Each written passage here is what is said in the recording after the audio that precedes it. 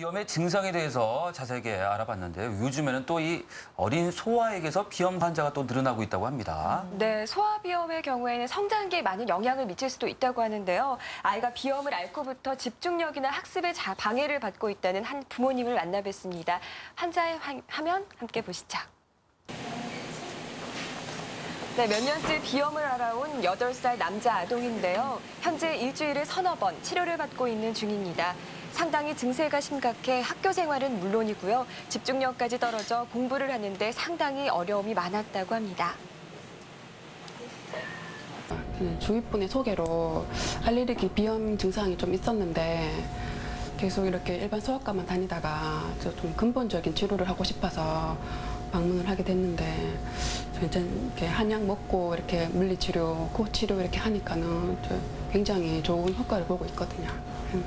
처음 올 때는 상태가 좀 어땠습니까? 기침하고 이제 목 뒤로 이제 목 위로 넘어가고 가래 넘어가고 기침할 때마다 이렇게 계속 이제 좀 본인이 이제 피곤하고 이렇게 많이 이제 그러면은 이제 많이 이렇게 해가지고 아침 되고 이러면 확 토하고 이게 좀 굉장히 좀 심했어요. 그래서 일반 소아과에서도 항생제를 계속 꾸준하게 먹었었거든요. 그러니까 이제 항생제는 먹다 보면은 계속 이렇게 약기운이 떨어지다 싶으면 또 아프고 또 내성 생기고 이렇게 하니까 도저히 애한테도 좀 몸이 좀 많이 안 좋은 것 같고.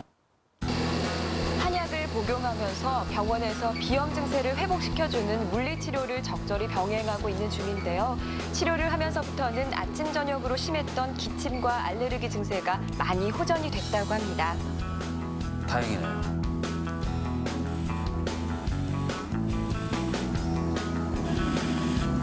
이 환자는 5살 때 알러지 비염이 시작이 되었고요.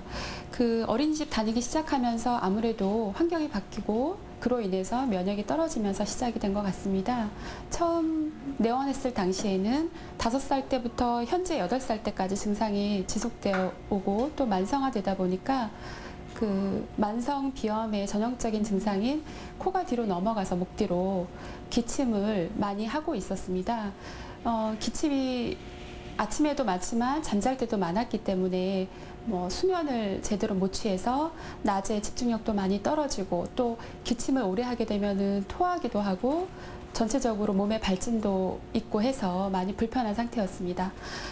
5월 24일 정도에 내원했었고요. 그 이후에 꾸준히 한약 치료와 물리치료를 병행하면서 기침은 하지 않게 되었고요. 그 외에도 알러지 증상도 많이 호전되어 지금은 많이 편안해진 상태입니다.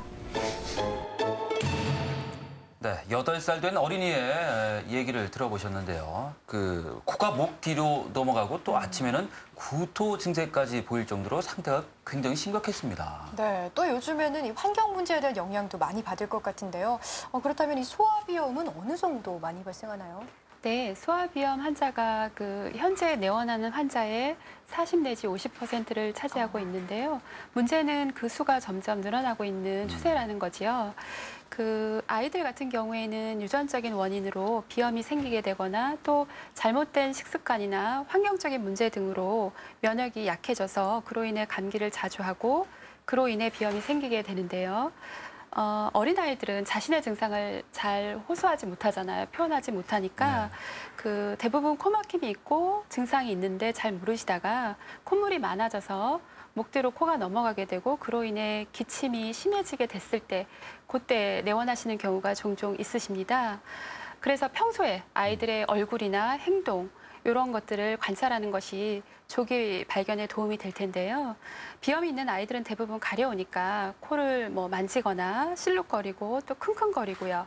또 입으로 숨을 쉬는 특징을 보이고 얼굴을 살펴보시면 눈 밑에 부분이 거뭇거뭇하게 보이는 일이 많거든요. 그런 것도 하나의 팁이 되겠죠. 예. 이러한 증상들이 보이면 바로 내원해서 확인해 보시는 것이 좋겠습니다. 아이가 집중력이 많이 떨어진다는 걸 호소하시는 분들이 좀 많은가요? 어떤가요?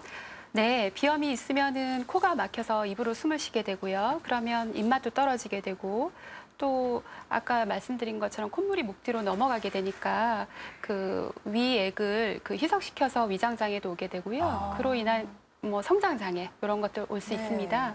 그리고 그 외에 이제 코가 계속 막히고 또 머리도 아프고 코도 간질간질하고 하니까 학습 집중력이 많이 떨어지게 되죠. 초기에 발견해서 치료해 주시는 것이 그래서 중요하다 할 수 있겠습니다.